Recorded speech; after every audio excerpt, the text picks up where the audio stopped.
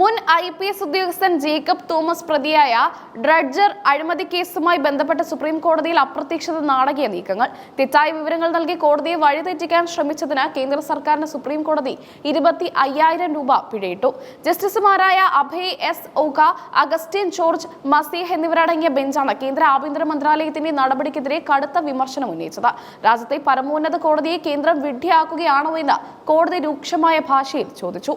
നെതർലാൻഡ്സിലേക്ക് അന്വേഷണത്തിനായി പോകേണ്ട ഉദ്യോഗസ്ഥരുടെ പട്ടിക സംസ്ഥാന സർക്കാർ ഇതുവരെ നൽകിയില്ലെന്ന കേന്ദ്രത്തിന്റെ വാദമാണ് കോടതിയെ ചൊടിപ്പിച്ചത്.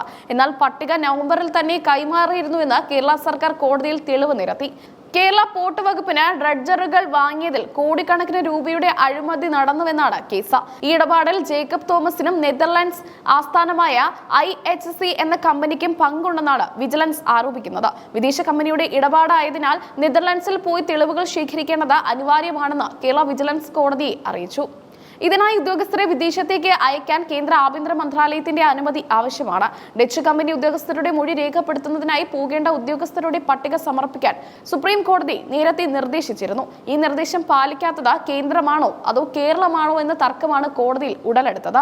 വിജിലൻസ് ഇതുവരെ പട്ടിക കൈമാറിയില്ലെന്നും അതുകൊണ്ടാണ് നടപടികൾ വൈകുന്നതെന്നുമായിരുന്നു കേന്ദ്ര സർക്കാരിന് വേണ്ടി ഹാജരായ additional solicitor general SV Raju ഇന്ന് രാവിലെ കോടതിയിൽ വാദിച്ചത്. എന്നാൽ ഈ വാദത്തെ കേരളത്തിന് വേണ്ടി ഹാജരായ അഭിഭാഷകർ ശക്തമായി എതിർത്തു.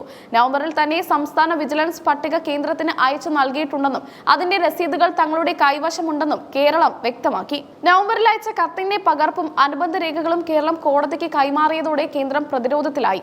വസ്തുതകൾ പരിശോധിക്കാതെ കോടതിയിൽ തെറ്റായ വിവരങ്ങൾ നൽകിയത് ഗുരുതരമായ വീഴ്ചയാണെന്ന് ബെഞ്ച് നിരീക്ഷിച്ചു.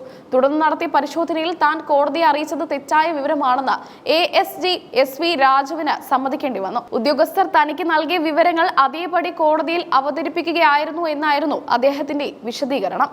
ആഭ്യന്തര മന്ത്രാലയത്തിലെ ഉദ്യോഗസ്ഥർക്ക് സംഭവിച്ച പിഴവാണിതെന്നും 10,000-ലധികം കേസുകൾ കൈകാര്യം ചെയ്യുന്ന അവർക്കുണ്ടാകുന്ന ചെറിയ തെറ്റ് ക്ഷമിക്കണമെന്നും അദ്ദേഹം കോടതിയോട് അഭ്യർത്ഥിച്ചു. എന്നാൽ കോടതി ഇത് അംഗീകരിക്കാൻ തയ്യാറായില്ല. ഇത്രയും ഗൗരവകരമായ ഒരു കേസിൽ വസ്തുതകൾ പരിശോധിക്കാതെ സത്യവാങ്മൂലം നൽകുന്നതും വാദിക്കുന്നതും കോടതിയുടെ വിലപ്പെട്ട സമയം പാഴാക്കലാണെന്ന് സുപ്രീം കോടതി ചൂണ്ടിക്കാട്ടി. ശിക്ഷാ നടപടി എന്ന നിലയിലാണ് 25,000 രൂപ പിഴയിട്ടത്. ജേക്കബ് തോമസ് ഉൾപ്പെട്ട ഈ കേസ് അന്താരാഷ്ട്ര തലത്തിലുള്ള അഴിമതി ആരോപണമാണ്. അതുകൊണ്ട് തന്നെ ഹേഗിലെ ഇന്ത്യൻ എംബസി വഴി നെതർലാൻഡ് സർക്കാരുമായി ആശയവിനിമയം നടത്താൻ നേരത്തെ തീരുമാനിച്ചിരുന്നു. അന്വേഷണത്തിന്റെ വിശദാംശങ്ങൾ ഡച്ച് സർക്കാർ തേടിയതിനെ തുടർന്നാണ് കേരള പോലീസിലെ ഉദ്യോഗസ്ഥരുടെ പേരുകൾ കൈമാറാൻ കേന്ദ്രം ആവശ്യപ്പെട്ടത്. ഈ നടപടികൾ വേഗത്തിലാക്കാൻ സുപ്രീം കോടതി നിരന്തരം സമ്മർദ്ദം ചെലുത്തുന്നുണ്ട്. ഡ്രഡ്ജർ വാങ്ങിയതിൽ സർക്കാരിന് വൻ സാമ്പത്തിക നഷ്ടമുണ്ടായെന്ന CAG റിപ്പോർട്ടിലും പരാമർശമുണ്ടായിരുന്നു. മുൻപ് വിജിലൻസ് ഡയറക്ടറായിരുന്ന ജേക്കബ് തോമസിനെതിരെ പിണറായി സർക്കാർ എടുത്ത പ്രധാന കേസുകളിൽ ഒന്നാണിത്. അന്വേഷണം നീണ്ടുപോകുന്നത് പ്രതികൾക്ക് സഹായകരമാകുമെന്ന ആശങ്കയും കോടതിക്കുണ്ട്. കേന്ദ്രവും സംസ്ഥാനവും തമ്മിലുള്ള ഏകോപനമില്ലായ്മ അന്വേഷണത്തെ ബാധിക്കുന്നുണ്ടെന്ന് ഇന്നത്തെ സംഭവ വികാസങ്ങൾ അടിവരയിടുന്നു. കേന്ദ്ര സർക്കാരിന് പിടിയിട്ട വാർത്ത പുറത്തു വന്നതോടെ ജേക്കബ് തോമസ് കേസ് വീണ്ടും രാഷ്ട്രീയ ചർച്ചകൾക്ക് വഴി തുറന്നു.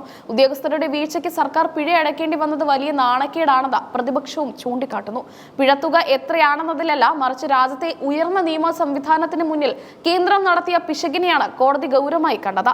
ഇനി ഇത്തരം വീഴ്ചകൾ ആവർത്തിക്കരുതെന്ന് കോടതി താക്കീത് നൽകി. വരും ദിവസങ്ങളിൽ നെതർലാൻഡ്സിലേക്കുള്ള ഉദ്യോഗസ്ഥരുടെ യാത്രയ്ക്കും വിദേശ തെളിവ് ശേഖരണത്തിനും വേഗത കൂടുമെന്നാണ് പ്രതീക്ഷിക്കുന്നത്. സുപ്രീം കോടതിയുടെ ശക്തമായ ഇടപെടൽ കേസ് എത്രയും വേഗം തീർപ്പാക്കാൻ സഹായിക്കും. ജേക്കബ് തോമസ് ഈ ആരോപണങ്ങളെല്ലാം മുൻപേ നിഷേധിച്ചിട്ടുള്ളതാണ്. രാഷ്ട്രീയ പ്രേരിതമായ കേസാണിതെന്നാണ് അദ്ദേഹത്തിന്റെ വാദം. കോടതിയുടെ മേൽനോട്ടത്തിലുള്ള അന്വേഷണം സത്യം പുറത്തു കൊണ്ടുവരുമെന്ന് എല്ലാവരും കരുതുന്നു.